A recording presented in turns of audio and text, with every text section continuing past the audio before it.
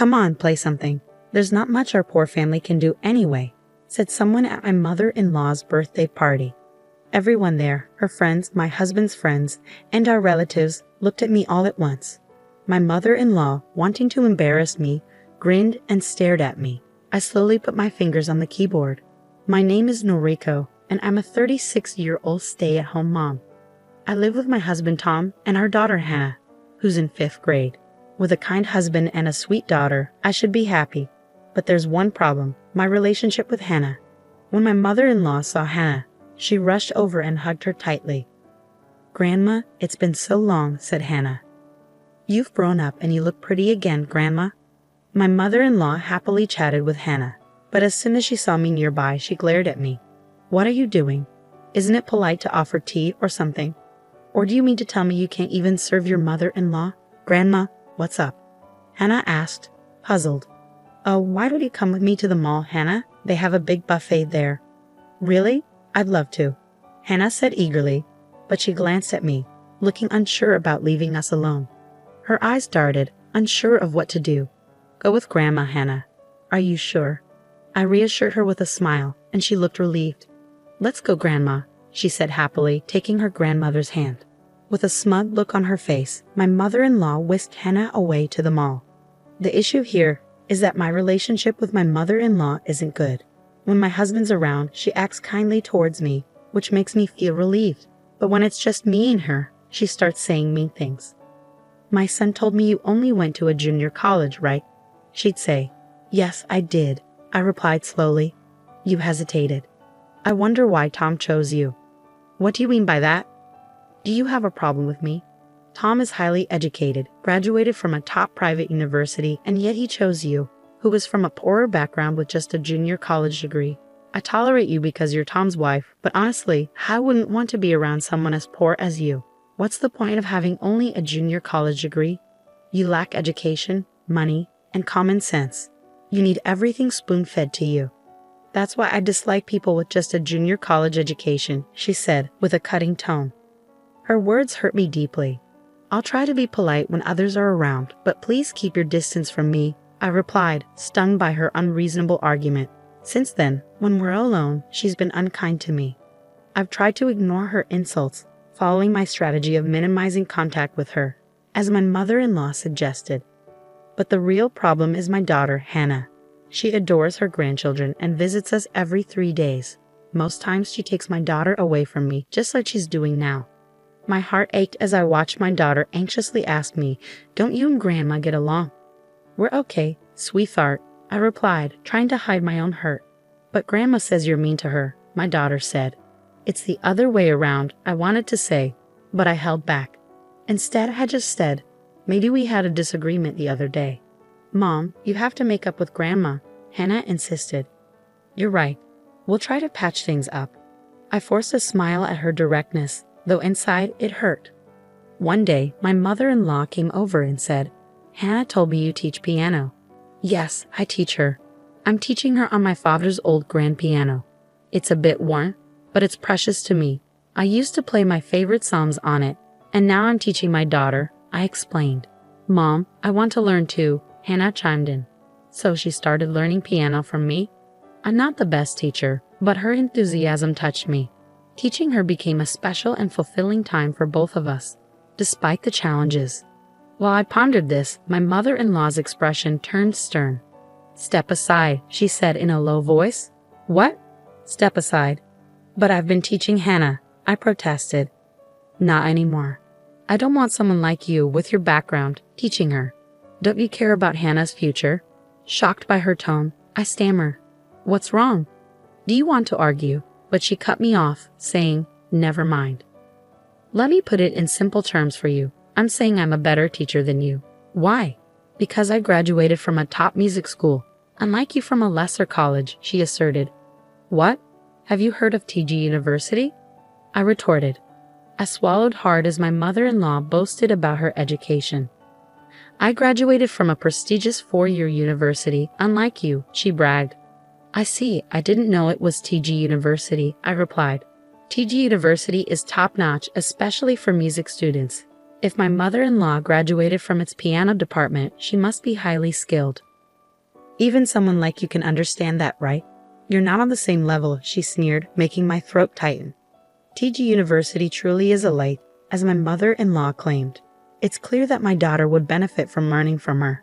But it also means sacrificing more of my time with my daughter to my mother-in-law. She already takes up a lot of our time, and now she wants to take even more. That's something I can't allow. The time I spend teaching piano to my daughter is precious and irreplaceable, I asserted.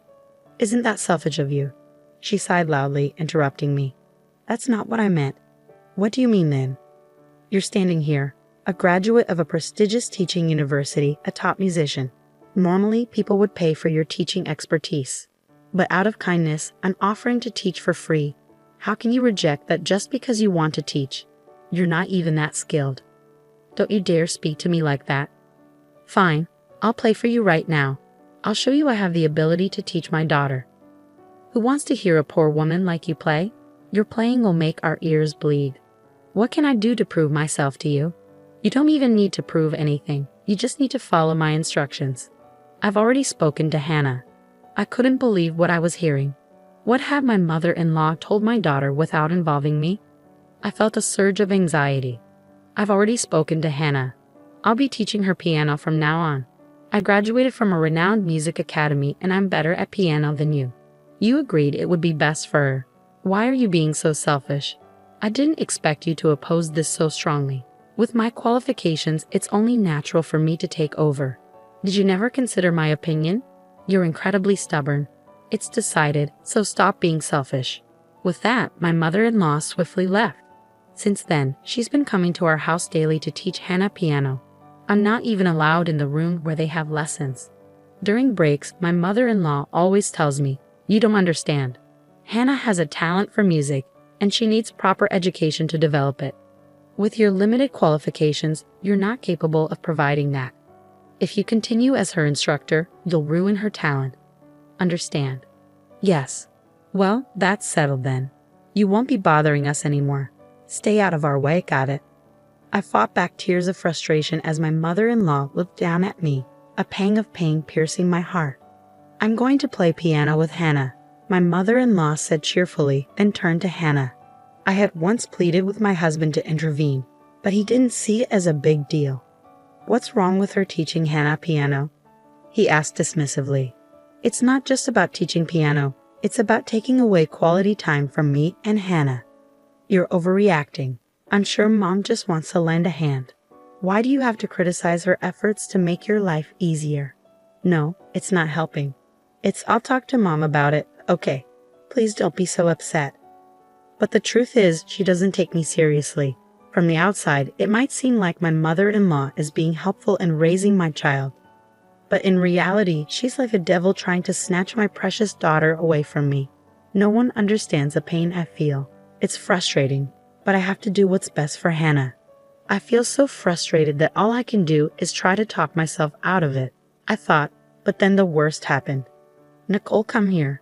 I was summoned into the piano room, a place I hadn't been allowed to enter recently, and my eyes widened as I stepped inside. A piano. Oh, you recognize it. We just got a new one. My mother-in-law chuckled, gesturing towards a brand new piano beside her. Kelly, what's going on? Where's my father's piano? I got rid of it. You got rid of it?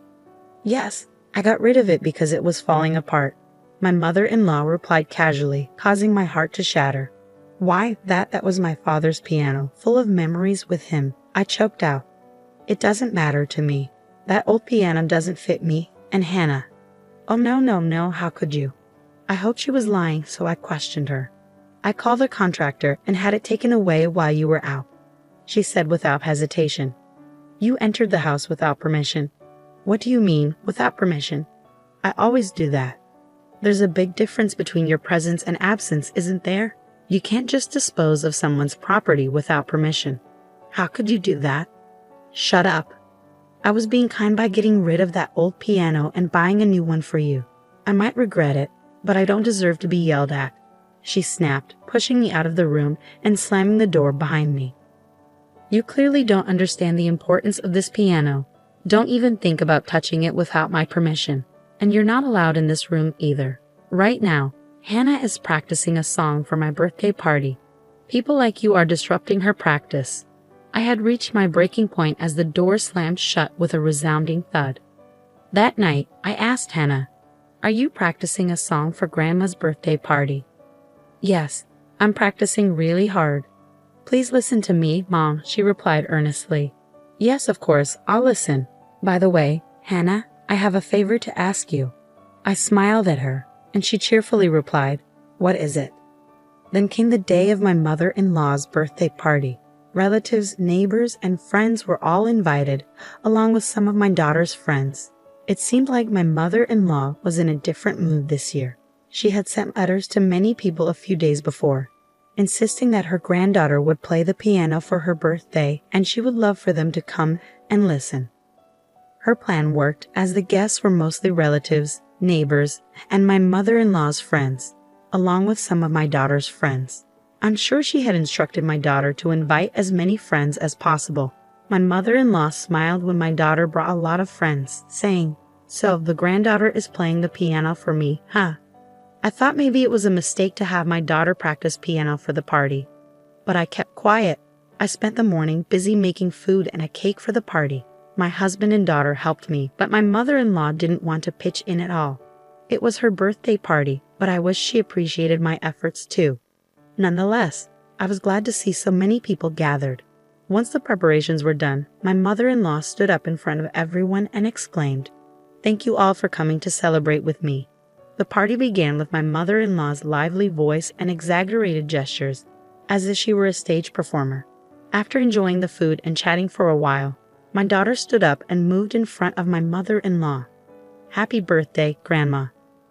"I have a present for Grandma," my daughter announced, then took a seat at the piano placed in the back of the room.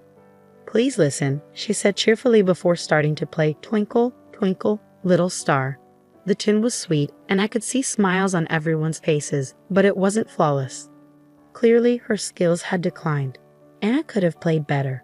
As I pondered this, the performance came to an end. My daughter smiled shyly at my mother-in-law, who praised her, saying, "You did wonderfully. Thank you, Hannah." Then my mother-in-law turned to me, "And now I have a request for you." "Oh, what is it, Hannah?"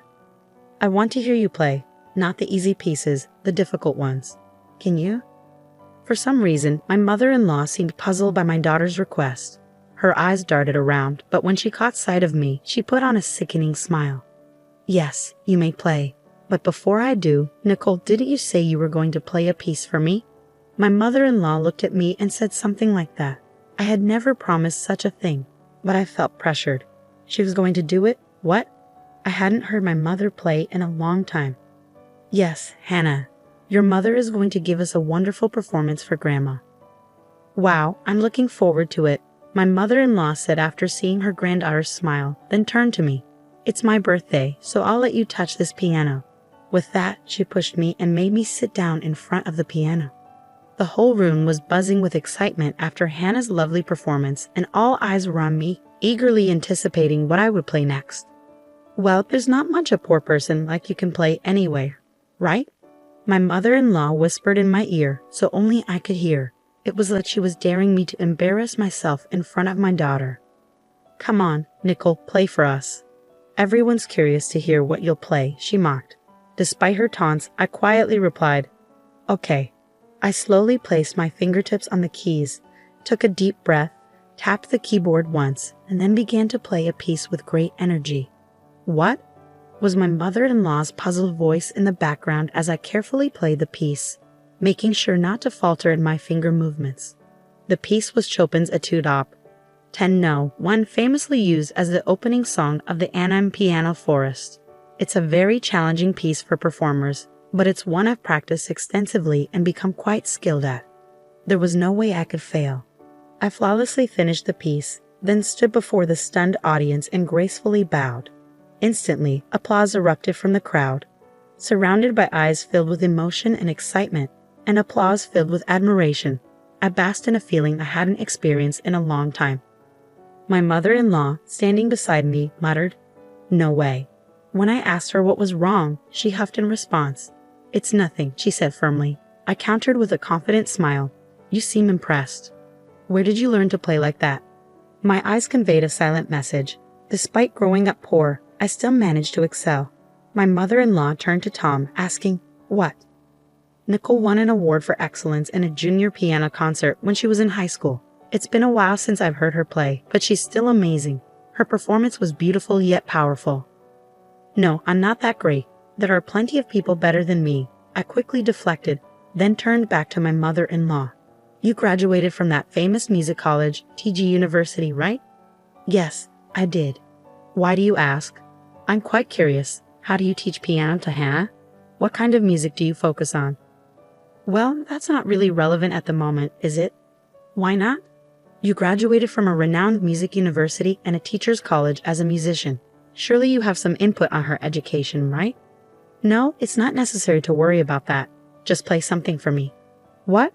Please play a piece of music I've always wanted to hear, your wonderful performance. I would even ask my daughter to play it for me. My mother-in-law's eyes widened at my request. Yes, I only had one request for my daughter, to have her grandmother play. So, could you please ask Grandma to play for her birthday party too? That's all. But that's all it would take to complete my revenge. While I embarrassed myself in front of all my relatives by playing poorly, my mother-in-law would hide behind an excuse, claiming I was too ill to play. But I'm sorry, I can play just fine. Ah, I want to hear it too, my daughter agreed cheerfully. Grandma's fingers aren't feeling well, so she only lets me play simple pieces. Is that so, Hannah? How did you learn to play the piano from your grandmother? At first I played the songs she taught me, but they were all easy.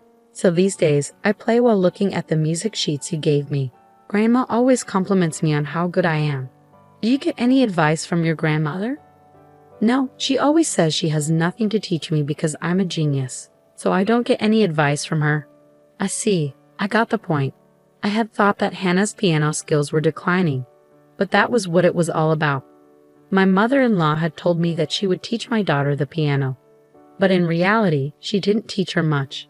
And the whole time she was teaching her, my daughter was teaching herself. I want to hear my grandmother play, not the usual easy pieces, but the harder ones like my mother used to play for me. Grandma, I'm looking forward to it. Then let's listen to my grandma play together. Yes, that's what Grandma said. She plays the piano better than Mom. That's why I've always wanted to hear her play. I'm so happy for you. Today you'll finally get to hear your grandmother play. I'm so happy. Despite her smiling, my mother-in-law's face began to turn pale. What's wrong? Hannah wants to listen to your performance. No, I'm not feeling well today. She's waiting for you to play a simple nursery rhyme for her. Hannah is really looking forward to it. Yes, but I'm not. My mother-in-law started sweating, her eyes darting nervously at my words. What's wrong? You can't play. What? You can't play? After that performance? Come on, you graduated from TG University, right? You can play just as well as I can, no problem, right? I graduated from a teaching university, but my major was conducting. Even if you're studying conducting, piano is one of the subjects, right? I chose an instrument other than the piano. With my small hands, I'm limited in the pieces I can play. There's no way I can play as fluently as you. My mother-in-law's outburst caused a stir among the people around us, who started to wonder what was happening. You can't play the piano, huh? But weren't you proudly telling us that you were teaching your granddaughter to play? You said you played better than your daughter-in-law's poor piano, didn't you? What do you mean? The suspicious gazes around me turned towards her. It's not like that, okay? I'm not, you guys, I do play the piano. Hey Grandma, my daughter's eyes widened in genuine curiosity as she asked her grandmother a question. Can't you play the piano? Hannah, if you don't play the piano, why did you lie and say you do? No, Hannah, I didn't lie, it's true. When I asked her why she was always so kind to me but so strict with my mother, she told me it was because my mother mistreats her, and I thought that was true. What are you talking about, Hannah? Could it be that you're really tormenting my mother? My mother-in-law screams in sorrow at my daughter's words. No, it can't be, of course not. Nicole and I are good, aren't we, Nicole? No way. What are you talking about, Nicole? There is no way I can get along with someone who would throw away a piano given to me by my father, my most precious possession. What? My daughter tilted her head. She said that you said you didn't need it anymore, so she threw it away and bought a new one. It was very precious that I got from my father. Even if I couldn't play it anymore, I wouldn't throw it away. Really? Then why did you throw it away, Grandma? Didn't you know that it was my mother's precious treasure? To her daughter's words, my mother-in-law just shook her head and said, No, no, no, no, no, no. The conversation between us caused the guests to start fussing. My husband, sensing that the mood had deteriorated, asked the guests to leave, saying, Let's call it a night. He began to urge them to leave the room. Wait, it's really not true. There is a reason for this. There's a reason. What's the reason? She said you told her you didn't need it anymore, so she threw it away and bought a new one. But it was special, a gift from my dad. Even if I couldn't use it anymore, I wouldn't throw it away. Really? Then why did you throw it away, Grandma? Didn't you know it meant a lot to my mom? To her daughter's question, my mother-in-law just shook her head and kept saying, No, no, no. Our conversation upset the guests. My husband felt the tension and asked everyone to leave, saying, Let's end the night. He urged them to go. Wait, it's not what you think. There's a reason. What's the reason? That's enough, I said firmly, looking at my mother-in-law, who was muttering to herself. Please don't ruin my daughter's talent because of your own selfishness. My words seemed to hit her hard. She sank to her knees. After that day, she never visited our house again. She had made a scene at her own birthday party. No matter how much she might want to, she wouldn't be welcome at our place anymore. And it seemed her relatives and neighbors who were at the party were spreading rumors about her. Now she's being avoided by them. Still, she keeps insisting, It's not my fault, I was framed. That wicked wife set me up. She's going around the neighborhood saying it's not her fault, but nobody believes her. Honestly, it's just typical of her. Meanwhile, my daughter has been practicing piano with me, and she's improving a lot. Mom, I want to play a duet with you. Well, it might be tough until you improve a bit more on the piano. Then I'll practice loads and get even better than you. I'm sure you'll surpass me quickly, Hannah. And I'm going to be a pianist, a pianist, a pianist. And when I perform in front of lots of people, I'll say I became a pianist because of my mom who taught me. She's much better at piano than I am, Hannah. So I'll practice a lot. I'll keep at it. Thank you, Mom. I'm really happy to have peaceful times with my daughter again.